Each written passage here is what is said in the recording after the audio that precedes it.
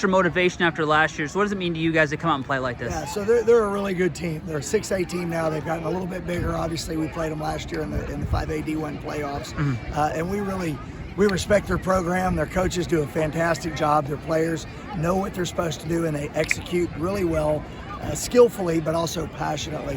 And so that's really the great thing about winning, is beating a team like that. It feels good.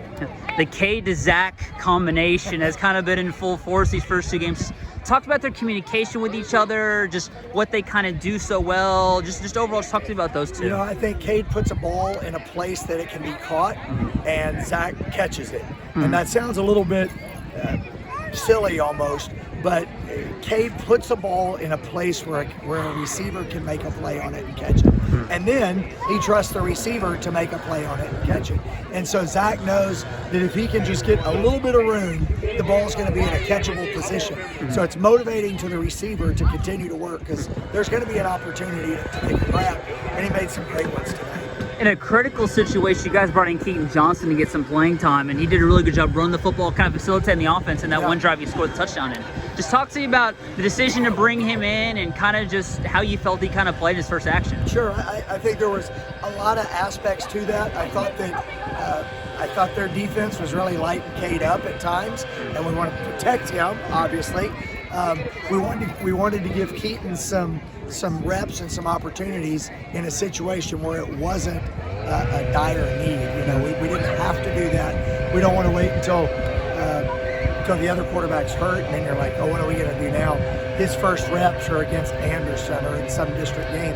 And also Keaton does a really good job running the ball. And so it gave us another dimension to what we were trying to do offensively. So you roll all that stuff together, and I think it was a good first outing for him. I know Magnolia had success running the football in the first half. Talk to me about kind of the message in the second half and how well you thought your defense played, limiting them and pitching the shutout, obviously. Yeah, I thought it was great. You know, I think that Magnolia does a really good job of being patient running the ball. Their backs just find a way to kind of sit in there and slide in there, and all of a sudden they got 4 or 5 or 6 yards, and then sometimes that 4 or 5 or 6 becomes 11 or 12 or 15. And so we really talked at halftime about just finishing the play. You know, we're in good position. You've got to not only worry about the hit, you've got to worry about tackling the guy, wrap him up and get him down, and don't let him keep getting those extra yards. I thought that some of the things that we did in the first half were a little bit self-inflicted, and you can't have self-inflicted things against a good ball club.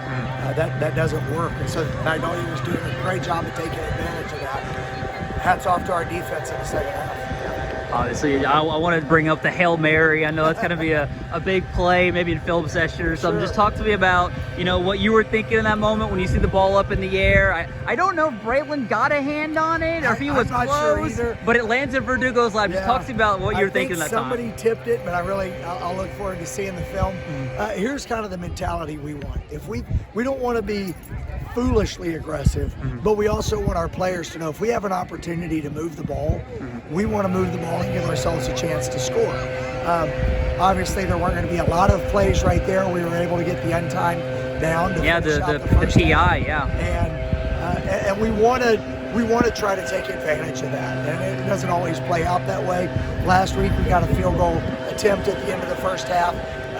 This week, we had a long pass that was able to get a guy in a good position, just with kind of the optimistic attitude we want our guys to have, that we're going to give it a shot. And it's sort of a long shot, obviously in that case, literally a long shot.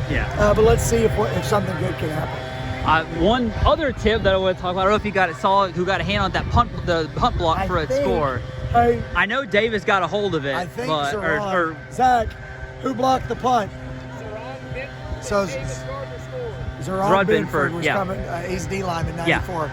Was able to get the hand on it, and then obviously kind of fell fortuitously to us, and we're able to break a tackle and get in the end zone. So that's kind of a big momentum thing, and also I think gives emphasis to special teams. Like we value that. We want to take advantage of that. We want to see if we can exploit that, and we want to make sure that we recognize that if we can do that, we don't want to give somebody the same chance against us. So we've got to practice those things hard. Most years after today, you're kind of looking forward to, all right, what's the next non-district bout? But that's not the case anymore. You're talking to team. You're back to 0-0. Just talk to me about, celebrating the win today, but now you realize it's a whole new season next week.